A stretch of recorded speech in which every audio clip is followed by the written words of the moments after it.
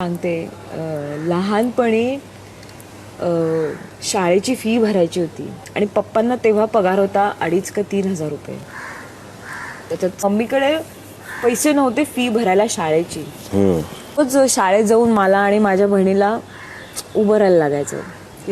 मग पप्पा ना तेव्हा तुम्हाला माहिती आहे रक्त विकायचे पैसे मिळायचे.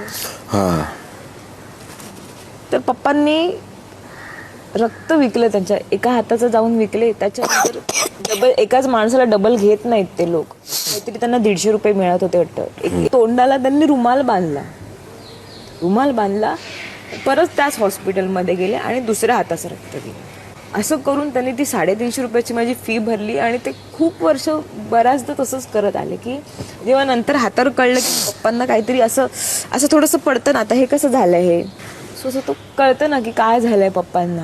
आणि पप्पा सांगत नव्हते, पण नंतर मग मम्मी रडायला लागली तेव्हा मम्मीला कळलं की पप्पांनी असं काहीतरी केलं. कमवलंच नाही की मी आत्ता पण मी पप्पांना मुक्त नाही करू शकते, पण मी इथून बाहेर गेल्यावर मी त्यांना डेफिनेटली त्यांच्या कामातून मुक्त करणार आणि आता बोलणार की तुम्ही बस, आता तुम्ही आराम करा.